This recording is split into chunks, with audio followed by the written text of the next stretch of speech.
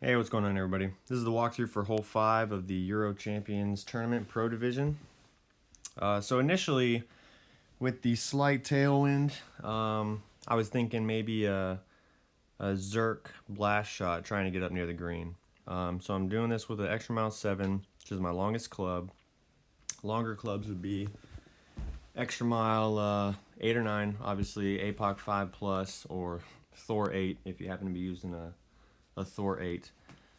But I'm going with max top spin, max left spin, so 2 bars of left spin. I'm just trying to kind of get it set up, centered in that fairway, and I'm looking and thinking I need to push up 4 rings to get fully up there. So I'm adjusting this one P5 max plus 10. I'm going to turn it around in line with the tee and push up 4 rings, so just about there. So it's, it's definitely going to be a max overpower shot. I'm doing half a ball, left curl. We hit perfect, so let's see where this ends up. So we do hit in the fairway, basically the spot we wanted. However, too much curl and we clip the rough and kind of stay in that little rough island area. So my thoughts initially are, I don't think I'm going to do the blast shot. There's too much room for error. We hit that perfect, and a little bit less curl. It might have fed up real nicely through the fairway, up somewhere in wedge range. Could have been great. Great left is probably going to leave me in that fairway patch, with less curl, leave me in that fairway patch like I'm at right now, or the rough patch. Great right is probably going to put me in the right rough or the bunker.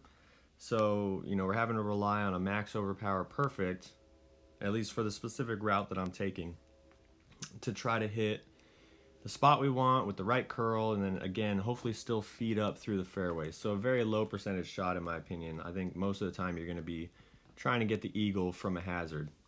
There might be a power slice from the left that you can investigate, but I think after that drive, what I actually end up doing is I pitch back a little ways to what looks like it's going to be short iron range. And I think what I'm going to end up trying to do is dial in a shot that's going to leave me in this area. So I pitched back to here, and I'm not going to be using a berserker obviously going forward.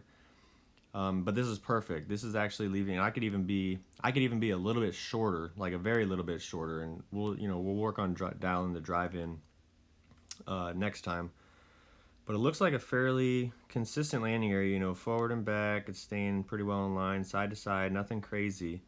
And we're at the +1 position, so I'm doing 2 backspin, no side spin. Ball got about a square short, in line with the pin. So I could have been a little bit shorter. I played this one 10% elevation, power 0, because again, I'm like just past the 0 mark.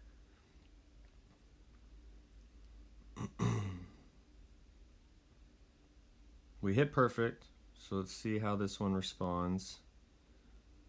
So right at it basically, but a little bit too close. And again, with the Berserker wind, we have higher wind, so it's pushing it more. With Kingmaker wind, we're not going to get quite as much push. But I think setting up a little bit further back, I like the 2 backspins still, but setting up a little bit further back for more of a run out will be beneficial. And then even slightly more of an adjustment. Now, I don't necessarily want to, I'm not going to be like looking into, 11, 12% elevations, nothing you can really put in for those numbers.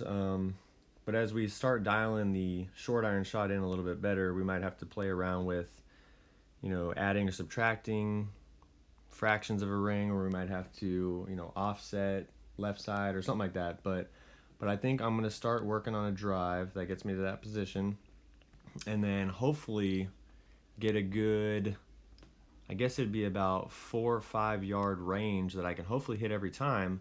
So I'm looking at plus yardage. So like we talked about, if you saw my hole 3 video talking about plus yardage at the cup, I want to try to get myself in a range for plus yardage at the landing spot. So anywhere between 0 yards and I want to say for Thorn 7, it goes all the way up to +6, +5 or +6. So if we get a good 5 yard range, we can be looking at, +1, +2, +3, any of those plus yardages as a good reference for the distance that we need to hit. Start dialing those in. It's going to just be drops galore. But again, so I think I'm abandoning the blast shot. Going to start working on a bounce over. So basically landing in the second fairway, bouncing over to the third fairway, leaving me in that same general area, so I can have a short iron approach and use plus yardage as a very good guide to my exact distance. But thank you for watching, and good luck in your rounds.